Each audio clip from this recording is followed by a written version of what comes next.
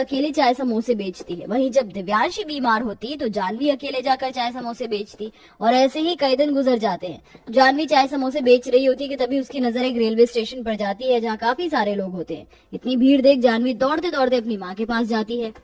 माँ, रेलवे और bus stand पर लोगों की काफी भीड़ है, तो क्यों ना हम लोग वहाँ पर अपनी चाय समोसे बेचे, और हम तो वहाँ बारिश में भी नहीं भीगेंगे। जानवी की बात सुन दिव्यांशी बहुत खुश होती है, जिसके बाद अब दोनों माँ बेटी अगले दिन से सड़कों पर घूम घूम कर चाय समोसे बेचने की बजाय रेलवे स्टेशन और बस स्टैंड पर चाय समोसे बेचती हैं और उनकी ये तरकीब काम भी आती है। सभी लोगों को उनके समोसे और चाय काफी पसंद आते हैं।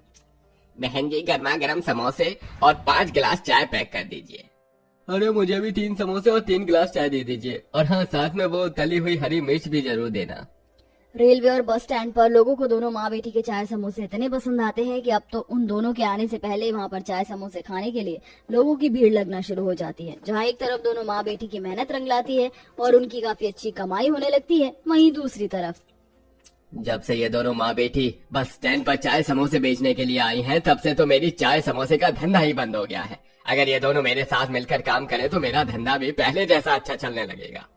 बस स्टैंड पर बड़ी सी दुकान में चाय समोसे बेचने वाला पुरोहित अपने लालच के चलते उन दोनों माँ बेटी के पास जाता है और अपना प्रस्ताव उनके सामने रखता है, जिसे सुन, नहीं साहब, हम दोनों माँ बेटी ऐसे ही अकेले चाय समोसे बेचकर खुश हैं। दिव्यांशी के मना करने पर पुरोहित दोनों माँ बेटी से इतना जलने लगता है कि वो उनको वहाँ से हटाने के लिए नकली पुलिस भेजता है। चलो चलो यहाँ से अपना ये चाय समोसे का सामान हटाओ। कल से तुम दोनों माँ बेटी यहाँ पर चाय समोसे नहीं बेचोगी। लेकिन क्यों साहब, हम तो हर हफ्ते ये चाय समोसे बेचने का टैक्स भरते हैं। दिव्यांशी की बात सुन वो नकली पुलिस वाला उन दोनों माँ बेटी के चाय समोसे का सारा सामान उठाकर फेंकने लगता है। ये सब देख आसपास मौजूद लोग उस पुलिस वाले को रोकने के लिए आते हैं। ये आप क्या कर रहे हैं? एक पुलिस होकर ऐसी हरकत करते हुए आपको शर्म नहीं आ रही? इतने लोगों की भीड़ देख वो नकली पुलिस वाला भी डर जाता है कि तभी वहाँ असली पुलिस आ जाती है।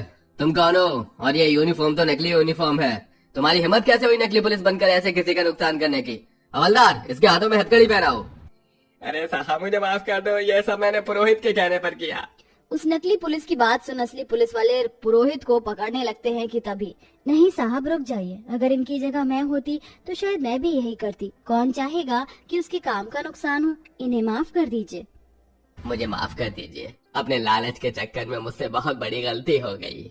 पुरोहित को अपनी गलती का एहसास हो जाने की वजह से दिव्यांशी उसे माफ कर देती है, जिसके बाद अब दोनों माँ बेटी पहले की तरह ही रेलवे स्टेशन और बस स्टैंड पर चाय समोसे बेचती हैं। कुछ दिनों में दोनों माँ बेटी बस स्टैंड पर अपनी चाय समोसे की दुकान खोल लेती हैं, जहां एक तरफ रेलवे स्टेशन की दुकान को जानवी संभालती, वहीं बस स्टैंड की दुकान को अब सुनील संभालता है और दोनों माता पिता इसी काम को आगे बढ़ाते हुए अपनी बेटी को पढ़ाते हैं और एक अच्छी जिंदगी जीते हैं।